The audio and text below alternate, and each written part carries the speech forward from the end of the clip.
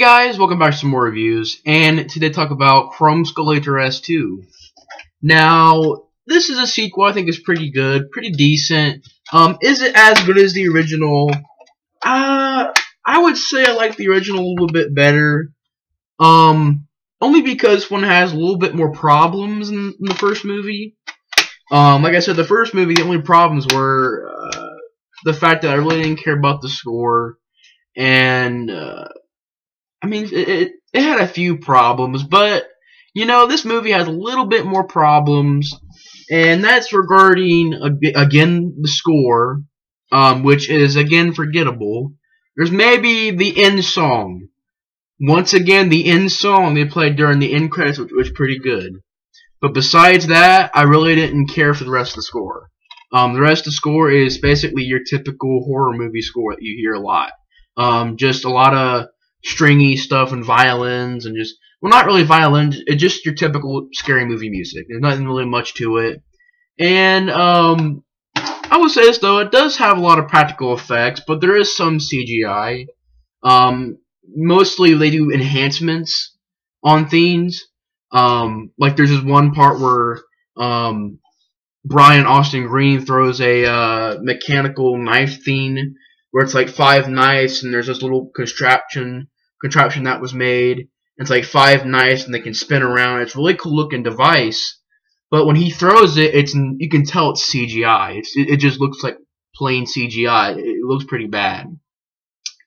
Now I believe, yeah, this gets a lower rating than the first movie. It gets a 5.1. And once again, it was written by Robert Hall.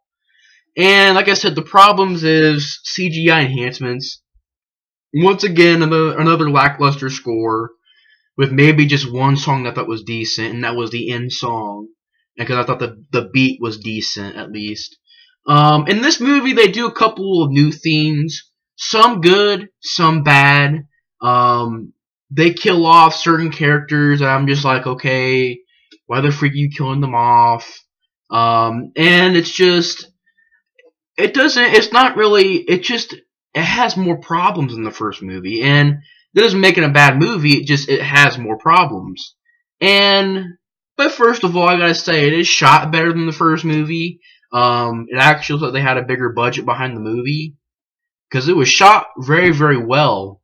And the acting, for the most part, was decent, but for being a slasher movie, you know, you don't really go into it for acting. I mean, when acting gets pretty bad, and then it can become a problem when it's really bad, like super bad. But if it's like okay acting, decent acting in a slasher movie, I mean, you're going into this movie, you know, because it's a slasher movie. You're not going into it for, you know, spectacular acting. But as long as it's not like terrible, then it's okay. I mean, it's not really anything special, but the acting for the most part is pretty decent. Some of the characters are likable. You got Brian Austin Green playing Preston, which I thought he did a good job playing a crazy person. And you got Thomas Dekker coming back as Tommy. He did a good job. You got Mimi Michaels as Jess, which I thought she was decent as well. And then you've also got Nick Principe coming back as Chromeskull, and he did a good job too. And like I said, the movie shot well, it's directed well, decent acting, and awesome freaking kills. The gore effects are just amazing in this movie. I would even say that these kills probably surpass the first movie, because there's a lot of extreme deaths in this movie, and they're freaking, you know, most of the time they're 100% practical, and they're just freaking crazy deaths. And that's definitely, you know, one of the things you go into the later the rest movies for is the kill scenes, because of how famous they are and how gory they are. It's like Hatchet. You go into Hatchet for the decent characters and the storyline, but mainly you watch slasher movies for the body count and stuff like that. And that's a big part of the the later rest movies as well, is the body count. And it's freaking, you got some brutal kills in this movie. And basically the story is you've got, and also this is another problem I mentioned in the first movie, but really it's more to this movie than the first movie, because you find out that hand that comes over the camera is not Chromeskull's hand. It's you find out it's Brian Austin Green's hand. And I like this idea of sort of this organization, sort of, bringing Chromeskull back to life, and then they're this organization that kills people. And I thought the idea was different. It gave the sequel a different feel. And I really liked how they went into a different direction because they weren't trying to copy the first movie. They were trying to be different. I respected that. And I actually liked the idea of this sort of organization built around that. And, but the bullcrap is they bring back Chromeskull, and I do understand that's bullcrap. Not a huge problem, but a small problem is I get it, it's like, well, it wouldn't be like the rest of Chromeskull. I'm like, yeah, but it's like seeing Evil 2. It's like it doesn't really make that much sense. Because Chromeskull is a human being, so why is he just being brought back to life? Now, granted, it's not as supernatural as Evil 2, but it's like, it's kind of bullcrap. I mean, he got his freaking brains bashed in. I mean, there's no way he's surviving that. He died. But through the bullcrap ways, he comes back. They fix his face up, and it looks gross. And he puts the mask on, but he has to heal for a while.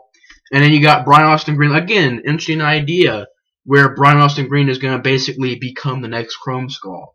He puts on this mask, but he puts on first of all, he puts on this weird, this cover over his head to make him look like he's bald, and then he has the mask, which then later he actually does shave his head and then put the mask on.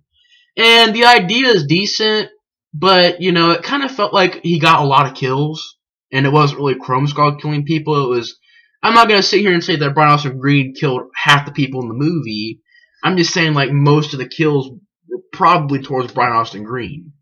And, that kind of felt like it was, why, I get they're trying to make this Chromeskull, like the real Chromeskull versus the fake Chromeskull. I get that idea, but it seemed like he got a lot of kills, and it was like, so what's the point of the original Chromeskull if he's not even going to get any kills? Which he does. I mean, he does kill people, but it's just sort of like, it seems like Brian Austin Green gets more kills. It's like, what the freak is the point of the original Chromeskull? Which I do understand it's a point, but it makes it a little bit pointless. It's like, so what was the point of bringing the original Chromeskull back if you're not going to have him, if you're going to have Brian Austin Green do most of the killing, which I do get. It's because he's trying to be the next Chromeskull. But still, it's a little problem. You see what I mean? It's got good stuff to it. The gore effects, the death scenes, the camera work, the direction, decent acting, likable characters for the most part. And you see, I mean, there's good stuff to it, but there's also some bad stuff. Some ideas that I didn't like. Some ideas that feel like it was in the wrong movie, like it shouldn't have been in the movie. And I do get it. It's going a different route. It's trying to be different. I understand that, but some of the things I didn't really, get into. I didn't really feel we need to be in the movie. It wasn't necessary. Some things, not all the things, but just some ideas were just sort of like, all right, it really doesn't fit into this movie, but whatever. But basically, you've got this girl who I think she's becoming blind, and it is just played by Mimi Michaels. And you got her, she got her friend over, and they're just talking and, hanging out and stuff. And at the same time, you got Thomas Dekker. Well, first of all, I know I'm jumping all over the place with this review, but first of all, at the beginning of the movie, you got Thomas Dekker and you got the lead girl from the first movie, which I don't got the case over here, so I don't remember her name. But she was the star of the first movie, and Bobby Sue Luther, I think. But she was lead girl from the first movie, and basically takes place right after the events of the first Chromeskull movie. Yeah, it's Bobby Sue Luther. And basically, you got Brian Austin Green tracking her down. And granted, it's a gruesome death scene where he chops and cuts her freaking mouth like this, and then he stabs her. And, he's acting all psycho. He's all he's all psycho and stuff, which I do think he played a good psycho, but it was just he felt like he got most of the kills. So it was like, what's the point of having the original Chromeskull in the movie if you're gonna have Brian Austin Green, like I said, do most of the killing? So it's like, what's the point of the original Chromeskull? But he kills her, and then pretty much Tommy gets out of there, and pretty much, you know, we find out that he's been going through like depression and stuff like that after the murders and stuff, and he's trying to figure out, you know, who Chromeskull is, and basically you got Brian Austin Green. He's trying to track down Thomas Decker, and he's killing people along the way. You got a bunch of death scenes. You got a scene where Brian Austin Green kills this girl where it's a police officer where he throws a knife. Like, it's a really cool looking, you know, weapon where it's like 5 blades on one thing and you spin it. He throws it and he shoves her face down on it, and he freaking, basically the knives go through her cheeks, and then he freaking pushes her head back down until basically her head freaking explodes. It's freaking gruesome. And then you've got him just killing basically Tommy's friends, some of his friends. You got him killing, I think it was his not his roommate. It was either, I don't think it was his roommate. I think it was like his landlord or something like that. And then he, basically he stabs the girl in the stomach and freaking like drags the knife up, and she basically guts her, throws her over to the mirror, and puts a knife on her forehead.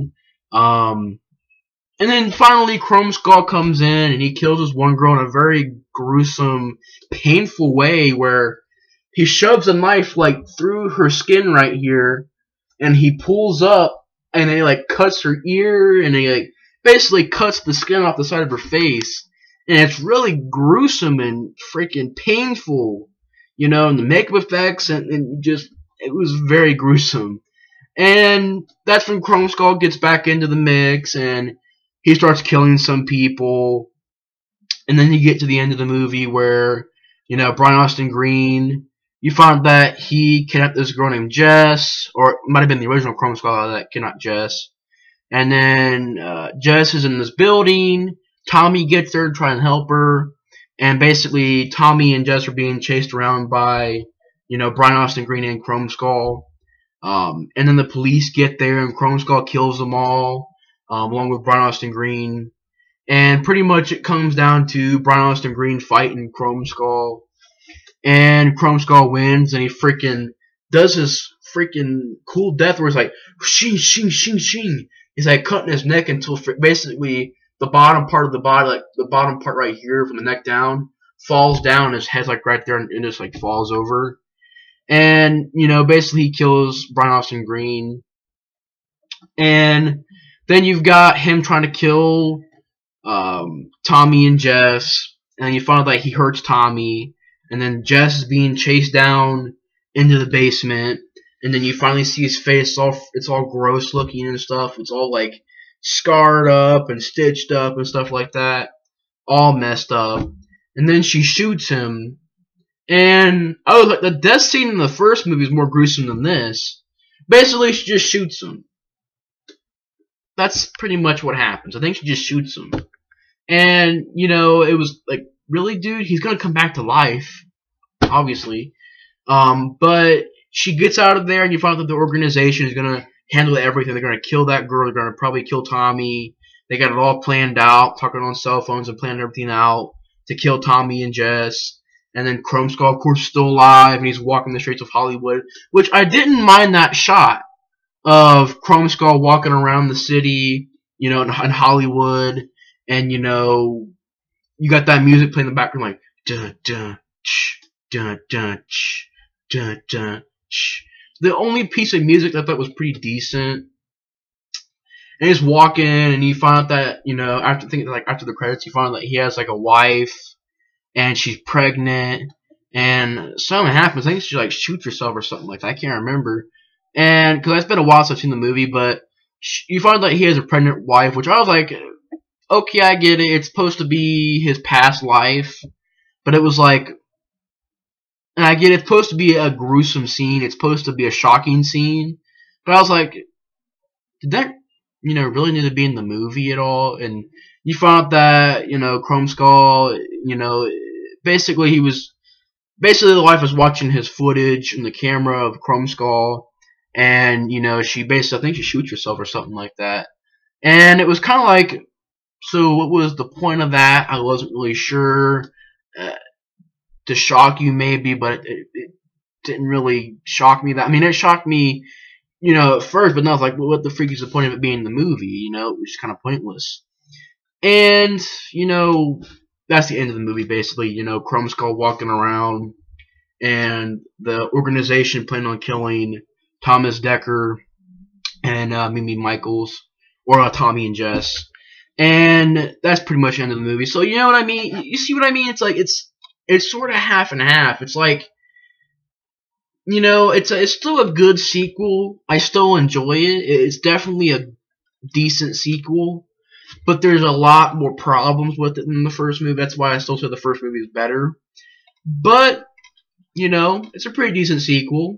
Definitely recommend the movie. And yeah, so that's my review on Chromeskull Chromeskull H2S 2. And thanks for watching, guys, and I'll see you guys in the next review. Bye, guys.